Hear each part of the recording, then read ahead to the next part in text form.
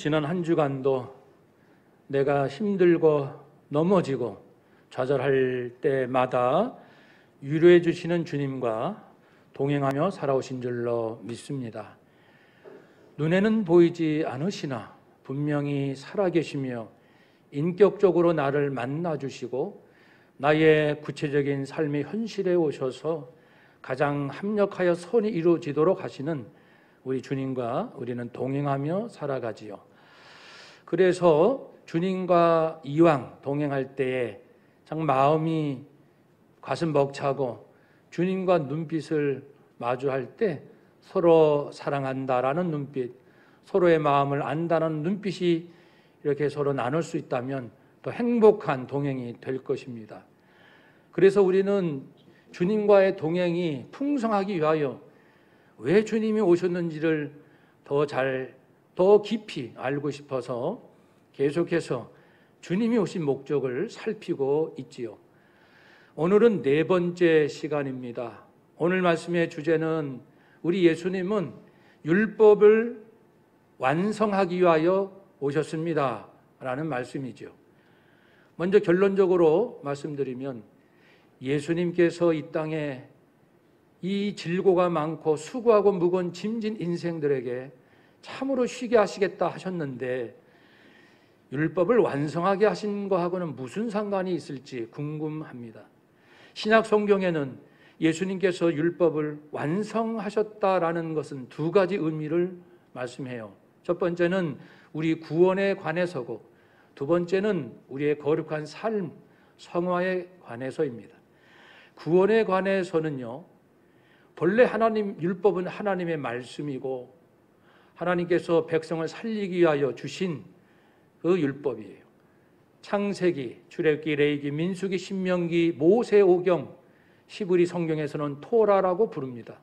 이 모세오경과 함께 모세오경을 다시 해석하고 잘 지킬 수 있도록 촉구하는 선지서, 즉 율법과 선지서, 구약 전체를 넓은 의미로 율법이라고 합니다. 율법 자체는 완전해요. 하나님의 말씀이기 때문에 그렇습니다. 시편 19편 4절에 있는 말씀처럼 율법은 완전하기 때문에 그 율법대로 살게 되면 사람들의 영혼이 소생한다, 다시 새 힘을 얻고 생기가 충만하게 된다고 말씀합니다. 이거는 충분히 이해할 수 있는 말씀이에요. 우리가 정직하면 부정직할 때보다 정말 마음은 기뻐요. 우리가 진실하고 사랑하면 누군가를 미워할 때보다 내 마음은 살 것 같습니다. 누구를 용서하면요, 내 심령에 정말 하늘문이 활짝 열려서 날 용서하신 주님과 눈빛이 따뜻하게, 그래 너 잘했다, 주님 저 원수를 용서했어요, 그 말할 수 없는 주님과의 행복한 그 나눔을 경험할 수 있지 않습니까? 율법은 완전하기 때문에 율법대로만 살면은 우리 인생은 살아납니다. 매일 신바람 나는 삶을 살 수 있지요. 그러나 안타까운 것은 율법은 완전하나 인생은 불완전합니다. 그래서 사람들은 율법을 지키기도 어려울 뿐더러 율법 그러면은 아예 머리를 흔듭니다. 너무나도 무겁고 힘들기 때문에 그렇죠. 그래서 이 로마서 8장 3절 4절에서는 이렇게 말씀합니다. 하나님의 율법을 알고 있다, 그것으로만 무조건 죄의 지배를 벗어나는 것은 아닙니다. 구원받을 수 있는 것도 아닙니다. 우리는 우리의 죄 본성 때문에 그 율법을 다 지킬 수도 없지요, 또 실제로 지키려 하지도 않기 때문입니다. 그래서 하나님께서는 우리를 구원하실 수 있는 다른 계획을 실행하셨습니다. 자신의 아들을 사람의 몸으로 보내서 우리의 죄를 없앨 희생 제물로 삼으심으로써 우리를 지배하는 죄, 그 죄를 멸하신 것입니다. 그렇죠? 율법은 완전하나 우리는 불완전해서 율법을 온전히 지켜서 얻을 수 있는 구원은 이미 불가능합니다. 그래서 예수님께서 자기 생명을 희생시키셔서 우리의 죄값을, 즉 죄 문제 근본 자체를 해결하시는 방법을 택하셨기에, 그래서 주님 덕분에 내 공로는 전혀 없고 오직 주의 은혜로 우리가 죄, 정죄, 저주, 심판에서 완전히 단번에 영원히 벗어날 길이 열렸던 것입니다. 그런 의미에서 예수님은 율법을 완성하러 오셨습니다. 이 첫 번째 의미고요. 두 번째 완성하셨다는 의미는 거룩한 삶, 우리의 삶과 관련되어 있습니다. 사람들은 관계에서 눈에 보이는 것 중요합니다만은 그거의 마음을 많이 뺏깁니다. 그래서 그 당시 예수님 당시에도 사람들이 겉으로 보기에 살인 안 하면 되는 거예요. 간음하지 않으면 당당하고요. 도둑질 안 하면 나 같은 사람이 있으면 나와보라고 큰 소리 칠만 합니다. 다 된 줄로 알죠. 또한 쿰당 공동체가 있었어요. 참 좋은 공동체, 종말론적 신앙. 우리 예수님이 곧 오신다. 곧 오신다. 이 세상 멸망할 날이 멀지 않았다. 그런 종말론적 신앙으로 딱 무장해가지고 말씀대로 잘 살아보자 경건 운동을 일으켰던 신앙 공동체가 있었어요. 쿰난 공동체입니다. 근데 안타깝게도 그 사람들은 자기 공동체에 있는 사람들은 그렇게 사랑을 하는데요. 공동체 바깥에 있는 사람들은 미워해야 한다라고 가르칠 정도였고, 그렇게 내 그룹 사람은 사랑하고 내 밖에 사람은 미워하는 이러한 이 풍토가 유대 사회에 많이 번졌던 것으로 이해가 됩니다. 사랑하는 여러분, 그래서 예수님께서 오셔서 율법을 완성케 하신다는 것은 율법 우리는 지켰어요. 나는 잘 지키고 있어. 말들은 하지만 그러나 그 마음속에 여전히 악한 생각과 의도가 있다는 것을 간파하시고서 그 마음이 정결하지 않는 한 하나님께로 온전히 인정받을 수 없다. 속사람을 깨끗하게 하라라는 말씀을 하시는데, 속사람을 깨끗이 한다는 게 어떻게 하는 겁니까? 다름 아니라 사랑, 하나님의 사랑으로 가득 채우라는 겁니다. 내 마음을 인간의 사랑이 아니라 하나님의 사랑으로 가득 채울 것을 말씀하셨습니다. 이것이 삶에 있어서 거룩한 삶이 진정 무엇인지, 즉 겉의 행실뿐 아니라 속마음까지 하나님의 사랑으로 채워야 한다는 것을 바로 율법을 완성하기 위하여 오셨다. 이런 두 가지 의미가 됩니다. 오늘 본문은 두 가지 중에 두 번째 거, 우리의 행실, 삶에 있어서 관한 완전함을 말씀하는데요. 오늘 본문 앞부분, 본문 뒷부분 이 세 가지를 연결시켜야 본문이 잘 이해가 됩니다. 본문 앞부분에서는 이런 말씀이 있습니다. 예수님의 제자들은 세상의 빛과 소금이다. 세상의 빛과 소금이기 때문에 착한 행실로 하나님께 영광을 돌려야 한다 말씀했습니다. 착한 행실? 참 좋은 말씀이에요. 착한 행실? 다 알 것 같아요. 그런데 오늘 본문에 넘어오면 20절 말씀에 그 예수님의 참 제자가 되려면은 그 율법을 잘 지킨다라고 떠버리는 바리새인 서기관들보다 더 수준이 높아야 한다. 더 깊이가 있어야 한다.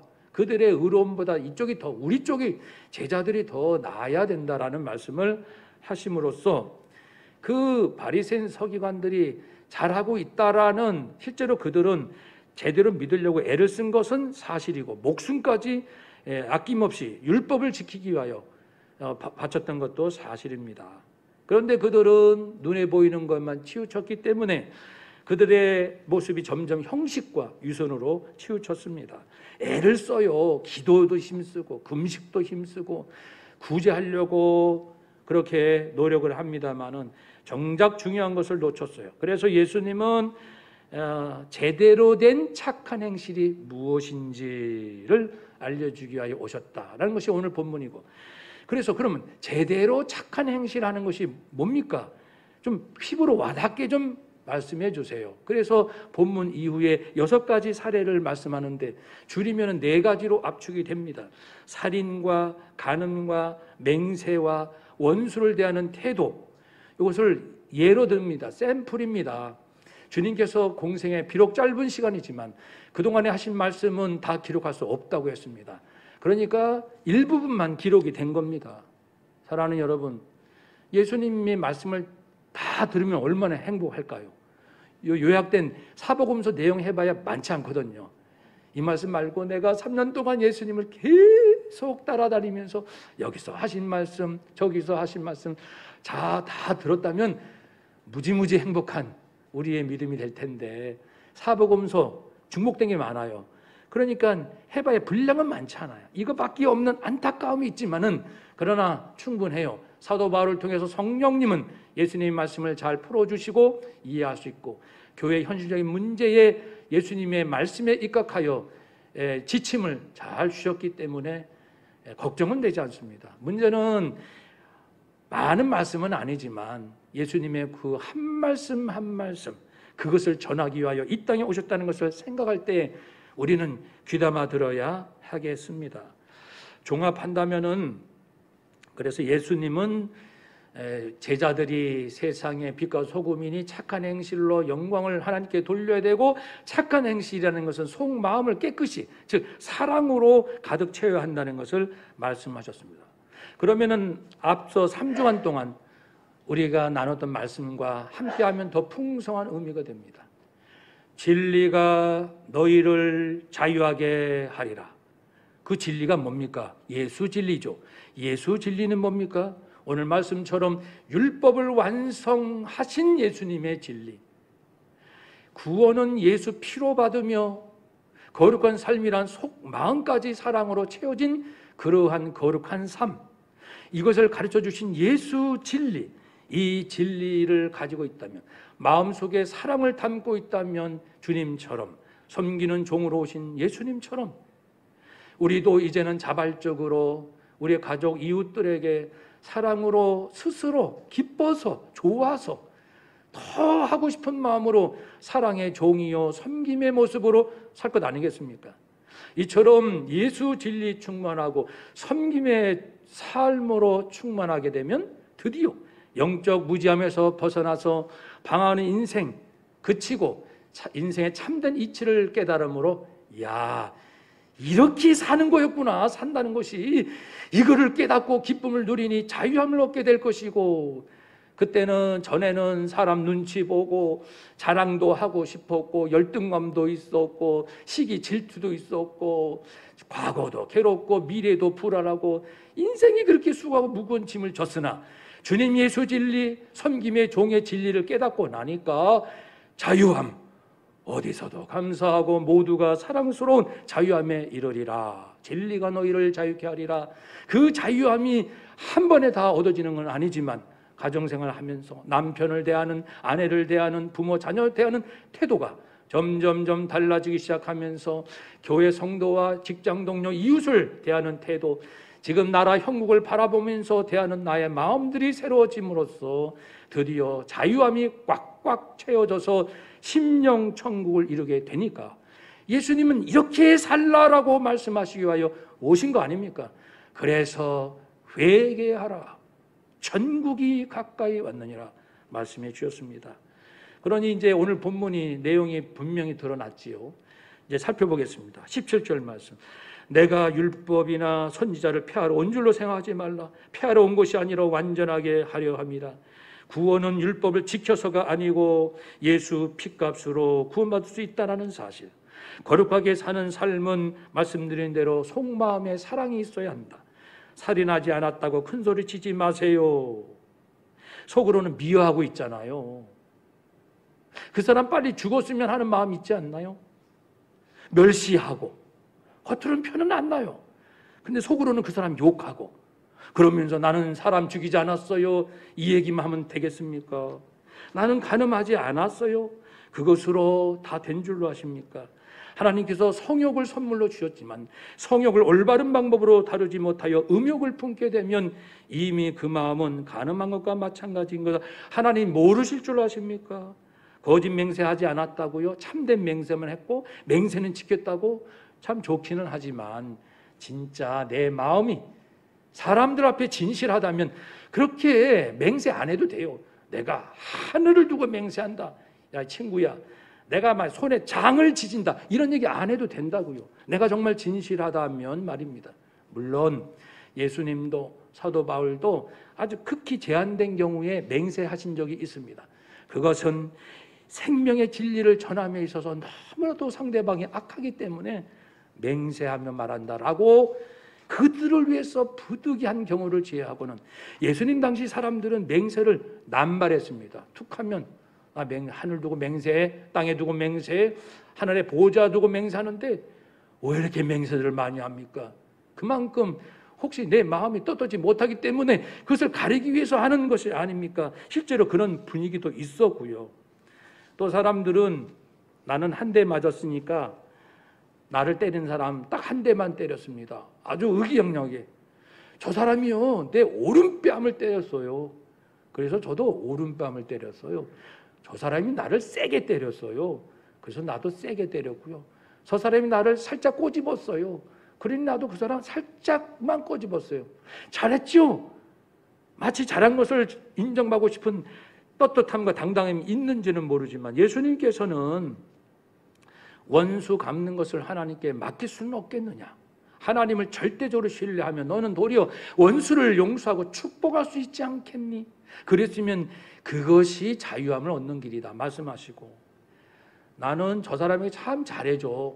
내가 생일 때마다 챙겨주고 내가 좀 여윳돈이 있으면 그 사람에게 뭔가 주고 싶고 잘해요. 나중에 알고 보니까 그 사람이 나한테 잘하는 거예요. 나한테 잘해주니까 잘했던 거예요. 잘해줄 것 같은 미래에 감이 잡히니까 또 계산하여서 미리 잘해주자. 그래서 좋은 관계를 미리 맺어주면 내가 어려울 때 저 사람이 나를 도울 거야. 이런 계산이 깔린 상태에서 뭔가를 잘하고 있던 거예요. 예수님께서 모르시겠습니까? 아니, 그것이 아니라 나를 사랑해 주는 사람에게만 잘하는 것이 아니라 나를 사랑해 주지 않는 사람에게도 어떻게 사랑해 줄 수 없겠느냐. 그렇게 너의 사랑은 인간의 계산적인 사랑밖에 될 수 없느냐라고 말씀하면서 결국은 사람 마음속에 하나님의 사랑, 이 사랑이 있어야 한다.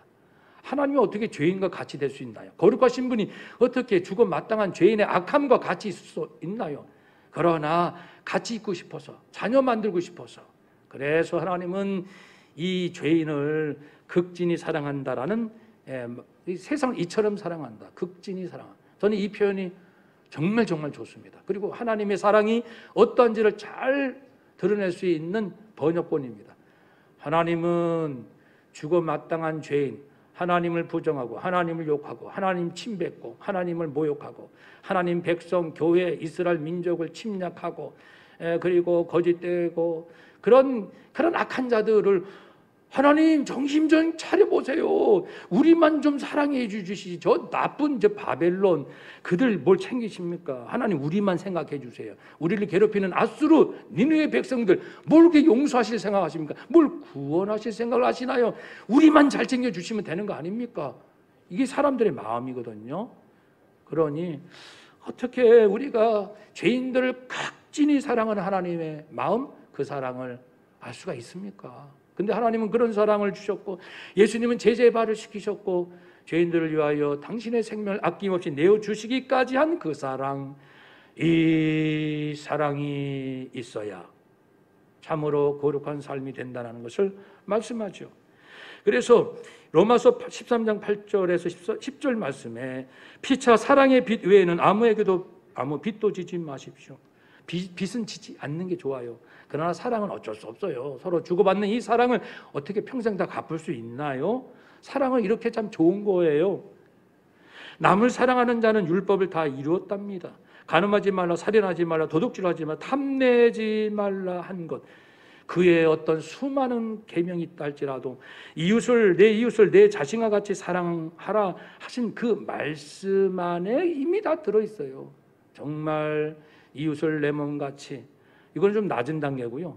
또 예수님 말씀대로는 주님이 나를 사랑하신 것 같이 최소한 내가 나를 사랑하는, 더 나아가서 주님이 나를 사랑하시는 그 사랑으로 이웃을 대한다면은 악을 행할 수 있겠습니까? 사랑은 이웃에게 악을 행하지 않지요. 그러므로 사랑은 율법의 완성입니다. 예수님이 이 말씀하시는 거예요. 율법을 완성하러 오신 것은 모든 계명, 진짜 사랑이 있으면 뭐 하라 마라 안 해도 된다는 겁니다. 다 원래 하나님의 형상을 입고 지음받은 우리들이기 때문에 살다 보면 내가 선을 행할 때 기쁘잖아요. 진실할 때 행복하고요. 남에게 무엇을 나눠주면 그렇게 좋을 수가 없어요. 하나님의 형상이 그래요. 하나님이 그러신 분이니까 다 깨달아지는 겁니다. 선생님이 많이 필요하지 않습니다. 하나님 만나고 삼일체 하나님 만나고 성경 읽고 내 양심의 소리를 듣고 내가 정말 지혜가 있다면 인생을 조금만 살아봐도 언제 내가 진짜 행복하더라, 언제 내 마음이 정말 기뻤더라, 이거 금방 알 수 있습니다. 그랬는데 인간은 너무나도 어리석기 때문에 그렇게도 위선을 서니까 예수님이 오셔서 여러 말씀들을 하시는 거죠. 11조에서 정확히 또 드러납니다. 마태복음 23장 23절 화 있을진저 외식하는 서기관들 바리새인들이요. 예수님이 인간을 심판하러 오신 것이 아니라 구원하시기 위하러 오셨는데 이 바리새인 서기관들이 얼마나 안타까웠으면 너희들 저주받을 거다. 너희들은 저주받아야 돼. 어떻게 이런 말씀을 하시죠? 그 선하신 예수님께서, 우리를 구원하기 위해 오신 예수님께서 너희들은 저주받아 마땅해, 이런 말씀. 그만큼 이 바리새인 서기관들은 겉모습은 철저했습니다. 11조를 바치는데 그 박하, 회양, 근채, 박하는 그 민트 향이 있잖아요. 작은 채소, 아주 향이 좋잖아요. 민트. 회양은 미나리과 향기로운 그런 열매로 약품도 쓰이고 양념으로도 쓰이고, 근채는 구민초라는 풀입니다. 이건 참 이스라엘 농작물 중에 아주 사소한 것이라는 거죠. 근데 이 바리새인 서기관들은 철저히 11조 하는 거예요. 그래서 누구한테 조금 민트를 만큼 받으면 받았잖아요. 그러니까 하나님이 주셨어요. 그럼 여기서 10분의 1을 떼서 또 하나님께 드리고, 우리식으로 하면은 월급 외에도 보너스 그 말고도 어찌 생긴 모든 수입의 10분의 1을 하나님 앞에 정확히 바치는 겁니다. 정확히 모든 것은 하나님께서 주셨고 나는 이 사실을 믿습니다. 내 신앙 모든 것은 하나님이 주셨기 때문에 이 11절 정확히 합니다. 이렇게 한 사람들이 바리새인들이에요. 칭찬받을 만하죠. 그런데 아니 어떻게 이렇게 참 훌륭한, 나름 그들에게 너희들 저주받을 거야 이렇게 말씀을 하시겠냐고요. 그만큼 그들은 스스로를 속이고 다른 사람들도 그렇게 외식과 형식과 위선으로 살도록 전반적인, 왜냐하면 그들이 종교 지도자니까 전반적인 신앙의 분위기를 그렇게 끌고 가니까요. 그렇게 끌고 가니까요. 제가 들으니 예전에 어떤 목사님이 성도님들의 그 헌금 내역을 다 알잖아요, 목사님들. 그러면 헌금 액수에 따라 성도님들을 대하는 거예요. 많이 헌금하신 분들은 귀하게 대하고 적게 헌금하신 분들한테는 별로 이렇게 인사도 안 하시고, 그러니까 성도님들이 이제 장로님들이 화가 이만큼 나가지고 헌금 내역을 아예 목사님한테는 안 알리는 해프닝 아닌 희한한 일이 있는 교회가 있었습니다. 담임 목사가 아니 성도님들이 저 헌금이 줄었다, 힘드시겠구나, 많이 늘으셨냐, 많이 좀 좋은 일이 있으신가 보다, 이렇게 형편을 알고 기도하고 물론 비밀을 지키면서 이렇게 알고 하는데, 그 목사님이 얼마나 잘못했으면 장로님들이 화가 나가지고 세상에 담임 목사에게 교인들의 헌금 내역을 알리지 말자. 우리 목사님은 그런 분이야. 사랑하는 여러분, 바리새인이 딱 그겁니다. 바리새인이 그렇게 하니까 이스라엘 공동체 전체 분위기가 전부 위선적이고 형식적으로 흘러갔던 거죠. 그러니 예수님께서 너희들은 저주받아야 된다. 백성들을 올바른 길로 인도해야 마땅하거늘. 그래서 이제 그 다음 19절에도 있지만 그 작은 계명 하나하나를 너희도 정확히 지키고 제대로 전해야 되는데, 너희들의 속 거짓된 마음을 가지고서 대충하고 잘하는 척하고 그런 사람들만 오냐 하고 분위기를 그런 정말 그따위 식으로 신앙 분위기를 만들어 가니까 백성들도 전부 위선자고 눈치 보기 바쁘고 지도자들은 더 폐역하고 타락하고 엉망진창이 되는 거죠. 하나님의 말씀이 18절에 1.1획도 없어지지 않는다. 하나님의 말씀을 왜곡하지 말라는 겁니다. 그래서 19절에도 지극히 작은 계명 하나 우습게 여기고 나는 다른 건 잘하고 있으니 뭐 요쯤 이 정도는 조금 덜 해도 문제 없어. 아들아 딸아 이렇게 예배는 말이지 주일 예배 지키고 11조 드리면 다 된 거야. 이 정도면 잘 믿는 거지 하고 자기도 제대로 신앙생활을 못하면서 아들, 딸한테 그런 식으로 가르친다면은 계명 하나하나가 얼마나 소중한데, 그 계명 하나 지킬 때마다 나에게는 유익이 오고 영혼이 살아나는데, 부모가 잘못돼가지고 자녀도 엉뚱한 길로, 목사가 잘못돼서 성도를 엉뚱한 길로 이끈다면 그들은 천국에서 가장 작은 자다. 그렇지만 계명 중 지극히 하나라도 잘 지키려고 애를 쓰고, 물론 완전할 수 없지만 그 진실성을 가지고 애를 쓰고 그렇게 하자고 성도들을, 자녀들을 양육한다면 천국에서 크다라는 것입니다. 이거는 크다 작다, 이것은 서열의 문제가 아니고요, 그 히브리어 그 문법상의 절대성 강조입니다. 그러니까 이런 자는 천국에서 작다, 이런 자는 천국이 크다. 그러니까 작아도 천국에 있긴 있는 거구나, 그런 뜻이 아니고요, 천국에 없다는 말씀입니다. 그 전에도요, 또 예수님은 세리와 창기들이, 바리새인들, 너희들보다 그들은 회개하기 때문에 먼저 하나님 나라 들어간다. 그럼 그거 오해하면 안 되죠. 그럼 바리새인들은 나중에 하나님 나라에 들어간다, 그런 의미가 아니고 절대성입니다. 오직 세리와 창기, 즉 진실로 회개하고 돌아서는 자만 구원받는다, 그런 의미와 마찬가지입니다. 사랑하는 여러분, 전에도 말씀드렸지만 마태복음 15장에 보면은 이 종교 지도자들이 율법을 엉터리로 해석해서 교회에 이제 헌금을 한 20만 원 가져왔습니다. 가져왔는데 저요 있잖아요, 요 20만 원 가지고 한 50만 원을 합시다. 김치 냉장고 50만 원 살 수 있습니까? 50만 원 여기 가져와서 하나님께 헌금 드릴 거예요. 이거 뭐예요? 부모님께 김치 냉장고 해드리려고 했던 돈이에요. 그런데 하나님께 드리고 싶어서 바칩니다. 그러면은 부모님께는 김치 냉장고를 안 해드려도 된다, 이렇게 해석을 했던 거예요, 그 당시.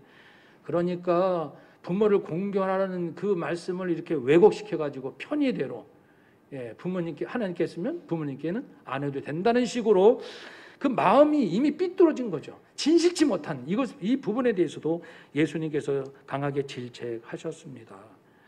사랑하는 여러분, 우리가요 정말 잘 믿어야 될 것 같습니다. 우리는 바리새인 서기관 손가락질하지만 이제 결론입니다만은 오늘 우리 사회가요 세상에 눈에 보이는 것을 판단하지 않나요? 드러난 결과로 사람 판단하고, 무한 경쟁에 내몰린 기업들만 1등만 살아남는다고 하니까요.